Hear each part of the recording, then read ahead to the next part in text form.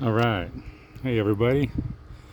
So, I get a lot of questions on my shed setup and how I'm rotating them up and down twice a year. So, I thought I would show a good up close visual of the hardware I use, because that's the big question: is how did I do it? There's no pre-assembled anything's out there. So, this is just from your fence aisle over at Lowe's and Home Depot. Nothing terribly special. Let me get my tape out here.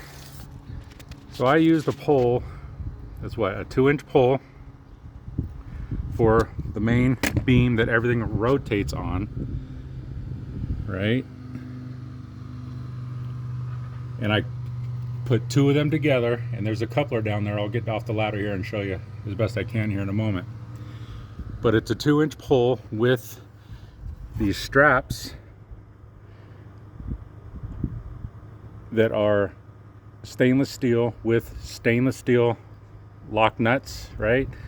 And I pre-drilled the frame for the panel, and it's just a lock nut or a nylon nut and bolt to hold the straps, right? These are 1.5 inch straps, I believe you can see, and I used it on a 2-inch pole so that there's a little bit of gap in here, so that's what it rotates on. So when I take these beams, right, off the shed, when I remove these, and I'll show you a little better here when I get down, I just used angle brackets for this side. But up here, the rotation is done simply by the little bit of gap here, which holds it in place on the top here, allows it to rotate. All stainless steel, and then I use these eyelets that the 2-inch pole goes into with the set screw, so the pole doesn't rotate, to keep it locked in place. And then I bolted it to the rafters, wherever the rafters were down there. That's all there is to it.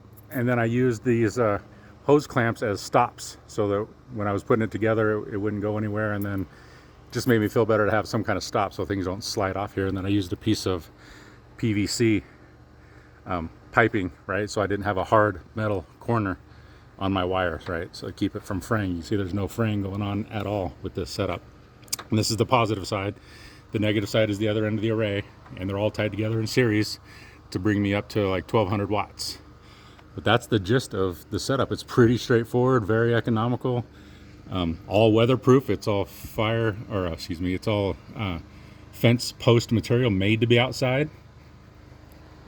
And then tied up the wires as best I could. Wire management's hard. And then if anyone's wondering, here's my original panels. These are like 12 years old. There's what all of these are when I started doing this on my first house. But my mounts at the other end are simple L brackets, bent a little bit, and they're stainless steel, bolted with stainless steel brackets that are mounted. And then I used lag screws that are the same width as the post. It's just a pine post cut to specific length, right? It took me several tries to get the length right. So yeah, I went through a couple prototypes of the length pole, and then again, I'm just tied together. This might be a better shot, like this on the shed. So come winter time, the panel actually comes down and covers these a little bit, and when the pole comes off, the little metal tabs that are left when I take the wood pole out touch the top of the shed right there, and don't actually, no metal to panel or anything, these don't actually touch it. It raises it, it keeps the panel off at about yay much, just a smidge, right? And then I've numbered my poles just because it made me feel better. When I go to take them off and put them on, I know which pole went where and what orientation, right? Just so I know. But there's my coupler. When I put the two poles together, right, it's not in the way. And then these eyelets here are on the rafters, right? There's a rafter that runs right there. I can show you how to do that if anyone's interested. But when I was assembling this, I had all my half moon, the brackets already mounted on the panels, right? So we would lift the panel fairly in place, and then we would slide the pole through these brackets here, right, and just slide them together, we'd have one person over at the end sliding the pole in while one was manipulating the panel to get the pole through the eyelets, and then we just tied it together there, and then we started at the other end down there and did the same thing, right, and then slid the pole through the brackets for each panel until the poles reached the joint, and then tied them together. But it's just that simple. It's all made to be outside, right? It's all galvanized and stainless steel hardware up there. Give you a real good shot of probably this one here. There's another joint, right? Because the poles are only like 6 foot or something. But there's how I did it. And then the same for the other end here. There's my wiring. Again with the PVC coming out to keep the hard metal edges away. And then I enter the shed, come down the edge of the shed on the inside to my cutoff, my breaker there. So maybe here's a good look from end to end.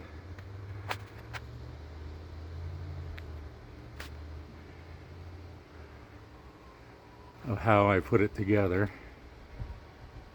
Of course my set screws in there on the pole, on those round mounts there to keep the pole itself from rotating.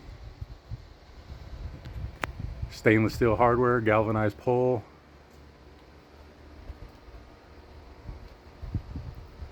And that's what allows my rotation up and down as I take these just pine stands off. They just rotate and they lay down on their own weight right here. And I know the first question is, well, what about the weather, right? Because these are held in place hardware top and bottom when they're in their summer configuration like this. So the wind isn't a factor. And it's a good point. When they're laying down, the bottom end here isn't tied down in any real fashion. But again, the panels are laying almost vertical, right? Almost a 90. That's probably what a good, 70-degree angle or something, right? So they're laying almost, vertical. I haven't seen a problem yet, but yes, that would be a concern, that they would raise and lower under high winds and maybe break them. So I should probably look into holding them down in some fashion. Maybe tying the end hole of the angle bracket there on the end, the metal last hole there that goes in the wood, maybe tying that to the top hole here to fasten it, or doing some of that fish. As I recall, last year I had that same thought, and I think I just zip tied them together, as I actually remember. I've only done it the once last year, thinking instead of them bouncing around in the wind potentially during winter weather, I zip tied them together last winter. And I think that'll be sufficient as I think about it, because otherwise I'd have to do some bending on those brackets to get them to line up, and I don't really want to mess with their angles. So I think I'll just stick with the zip ties. So maybe a different angle for you on how I did this, right? It's just lag bolted into the studs of the shed and then bent to fit. Maybe I can reach out and get a good angle here. That kind of show, and then stainless steel.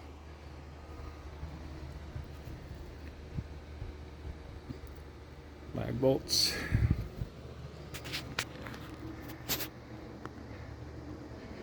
And there's my setup. Easily rotatable, completely ties the top in, and as you can imagine, as the bottom panel raises and lowers, as it lowers, right, this raises up from the shed, so that's as tall as I can make it without adjusting the pivot point. So this was my balance when I was putting these together, is finding how much angle I can get here for that summer sun, instead of being straight horizontal. This is the limiting factor on how far I can raise unless I move this pivot point. But for my shed, it's a good balance, something you're gonna have to find on your own. There's the top inward shot. In fact, I might be able to get